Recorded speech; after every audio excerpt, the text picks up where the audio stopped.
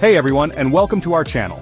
Today we're exploring a lesser-known facet of colonial history, Belgium's colonial ventures and what could have been. When we think of colonial powers, Belgium might not be the first name that springs to mind. Yet this small European nation harbored big ambitions, leaving its mark on the global stage. Could Belgium have expanded its colonial grasp beyond Africa? Join me as we explore the tantalizing possibilities of a Belgian Guatemala or even a Belgian Philippines. Don't forget to hit that like button and subscribe for more intriguing historical content. When it comes to colonialism, things rarely went well. The story of the Congo Free State, under the personal rule of King Leopold II, is a chilling example of that. In the late 19th century, Europe was in the throes of a mad scramble for African territories. Driven by a thirst for resources, particularly rubber, Leopold II managed to get his hands on a massive chunk of Central Africa, which he dubbed the Congo Free State. Now, you might be thinking, Free State? Sounds pretty good. Well, the reality was far from it. This wasn't about freedom or independence, it was about exploitation on a massive scale. Leopold II ran the Congo as his own personal fiefdom, using forced labor to extract rubber and ivory. The atrocities committed under his rule are truly horrifying. We're talking mutilations, massacres, and a brutal system of forced labor that decimated the Congolese population. Millions died under Leopold's reign of terror, making it one of the darkest chapters in human history. It's estimated that between 2 and 15 million Congolese people lost their lives during this period. Leopold was pretty good at keeping his brutal regime under wraps, but eventually the truth started to leak out. Reports from missionaries and explorers exposed the horrors of the Congo Free State to the world, sparking international outrage. Public pressure mounted, and finally in 1908, Leopold II was forced to relinquish his personal control over the Congo. Belgium, facing intense scrutiny, annexed the territory, which became known as the Belgian Congo. But the transition wasn't exactly smooth. The legacy of Leopold's brutality cast a long shadow. The Belgian Congo, while technically no longer under the king's direct rule, continued to face systemic racism, inequality, and exploitation. It wasn't until 1960 that the Congo finally gained its independence. Alright, so we've talked about the Congo Free State, but Belgium's colonial history doesn't end there. After World War I, the global order was in a state of flux, and out of the ashes of the defeated empires rose a new system, the Mandate System. This system, spearheaded by the League of Nations, aimed to oversee the transition of former colonies towards eventual independence. Belgium was granted a mandate over the former German colonies of Rwanda and Burundi, which became known as Rwanda-Urundi. The Mandate System was supposed to be about preparing these territories for self-governance, but in practice, it often functioned as colonialism light. Belgium's administration of Rwanda-Urundi was marked by a distinct lack of urgency in terms of promoting self-rule. They focused on maintaining order and extracting resources, particularly coffee, which was a major cash crop in the region. And as we've seen before, where there's resource extraction, there's often exploitation. But there's another layer to this story, one that adds a whole other level of complexity: the issue of ethnic divisions. Rwanda and Burundi were already home to different ethnic groups, primarily the Hutu and Tutsi. These groups had their own histories, social structures, and power dynamics. Under Belgian rule, these existing social divisions were exacerbated. Belgium implemented policies that favored the Tutsi minority, viewing them as naturally superior and more suited for leadership roles. This created a system of inequality and resentment that would have devastating consequences down the line. Belgium's emphasis on ethnic classification, using identity cards to distinguish Hutu from Tutsi, solidified these divisions and sowed the seeds of future conflict. The legacy of Belgian rule in Rwanda-Urundi is a complex one. The seeds of the Rwandan genocide, one of the darkest chapters in human history, were sown during this period.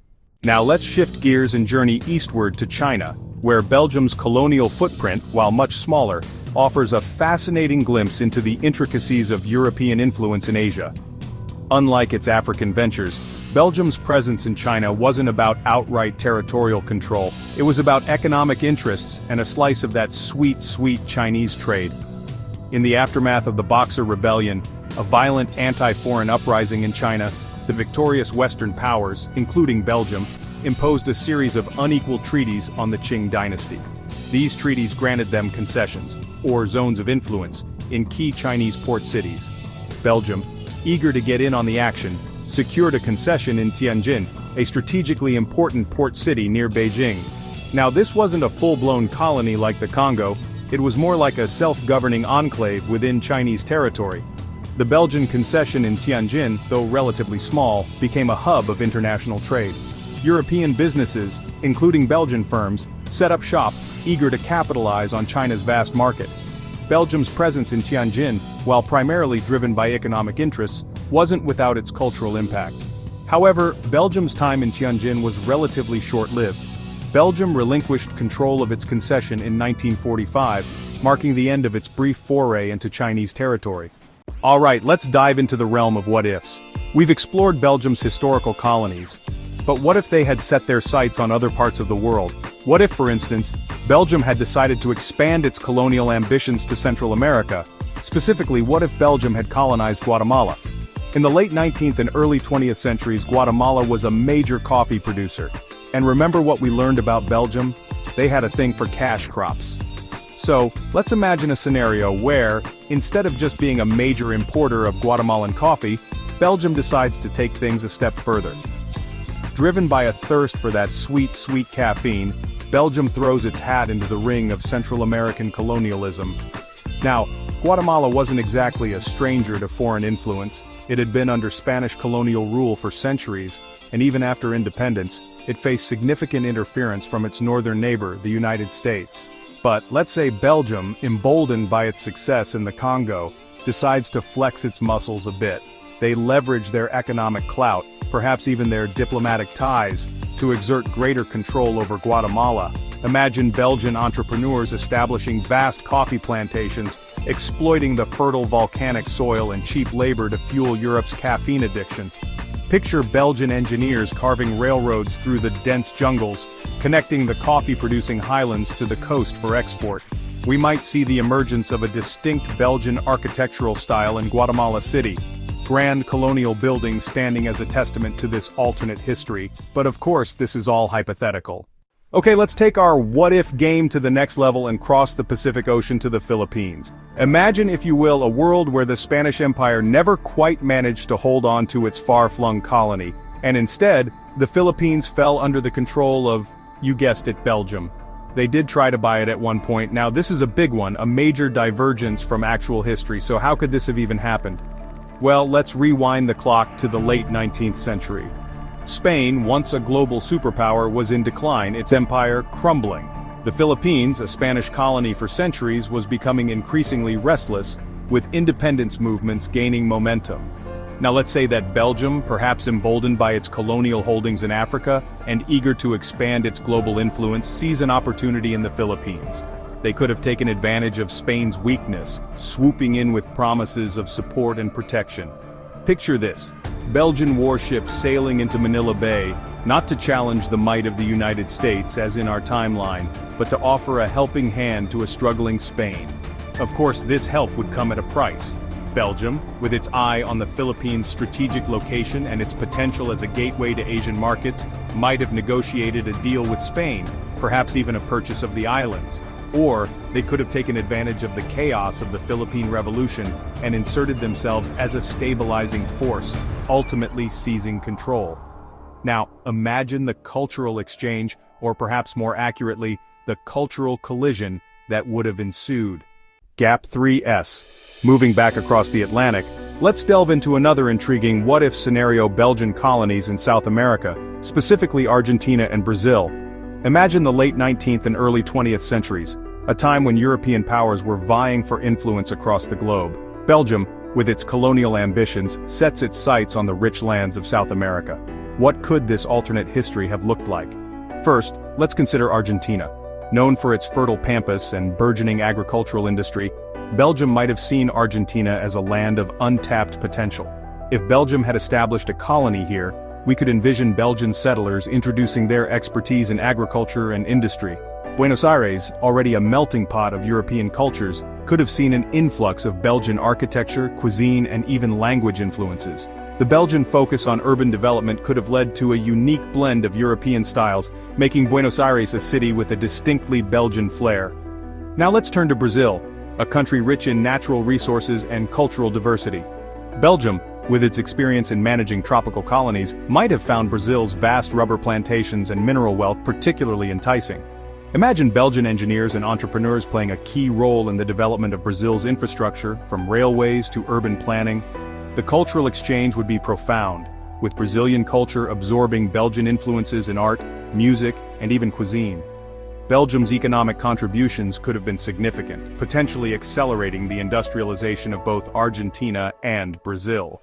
The introduction of Belgian technologies and business practices might have spurred economic growth, creating new opportunities for trade and investment. However, it's also important to consider the complexities and challenges of colonial rule. The imposition of Belgian authority could have led to resistance and conflict, as local populations struggled to maintain their autonomy and cultural identity. In this alternate history, the legacies of Belgian rule in Argentina and Brazil would be a tapestry of cultural exchange, economic development, and social upheaval. It's a fascinating thought experiment that highlights the interconnectedness of our world and the myriad ways history could have unfolded differently.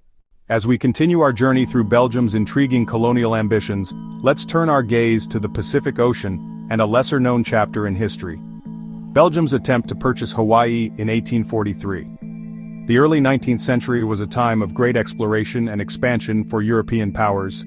Belgium, a relatively new nation, having gained independence in 1830, was eager to establish itself on the global stage. King Leopold I, a monarch with grand ambitions, saw potential in the Hawaiian Islands, strategically located in the heart of the Pacific. Belgium's interest in Hawaii was driven by several motivations. Firstly, the island's location was ideal for establishing a naval and commercial base that could facilitate trade between Asia and the Americas. Secondly, the fertile lands of Hawaii offered promising agricultural opportunities, particularly for sugarcane and other tropical crops. Lastly, the burgeoning whaling industry in the Pacific presented lucrative prospects for Belgian entrepreneurs.